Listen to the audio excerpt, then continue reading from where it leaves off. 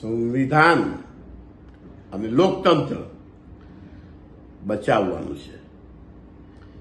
આર્થિક સમાનતા, સામાજિક અને ધાર્મિક સમાનતા અને સ્વતંત્રતા માટેની આ લડાઈ છે.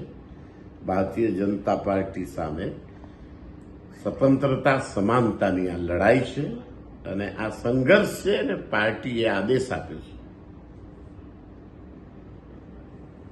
કયા મુદ્દાના આધારે જશો પ્રજા સમક્ષ? મોંઘવારી, બેરોજગારી,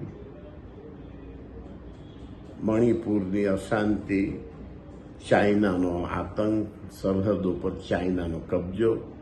મુદ્દા તો હજારો મુદ્દા છે, પણ સૌથી મોટો મુદ્દો મેં આપને કહ્યું તેમ સ્વતંત્રતા, નાગરિકોની સમાનતા અને સ્વતંત્રતાનો આ સૌથી મોટો સંઘર્ષ છે અને આપણા દેશના સંવિધાનને અને દેશની લોકતંત્રને બચાવવાનો આ સંઘર્ષ છે.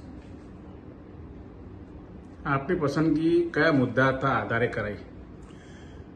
એ તો પાર્ટી જાણે. પાર્ટીનો આદેશ છે. પક્ષે શું નક્કી કર્યું, શું વિચાર જોયો. 23 લાખ મતદારો છે, 15 દિવસનો સમય છે. શું આગળ થશે એ તો જનતા, મતદારો, નાગરિકો અને પાર્ટી અને પાર્ટીના કાર્યકર્તાઓના હાથમાં છે.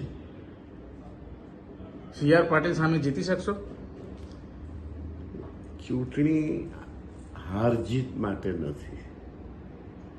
ચૂંટણી મતદારોના અધિકારો માટે અને પરિવર્તન માટે છે. પાટીલ સાહેબે 15 વર્ષ સેવા કરી છે. 15 વર્ષ પછી જનતાને પરિવર્તન નથી જોઈતું એ પ્રશ્ન છે. કરેલા કામનું મૂલ્યાંકન છે. આવનારા સમયનો વિઝન છે. એ મુખ્ય વાત છે.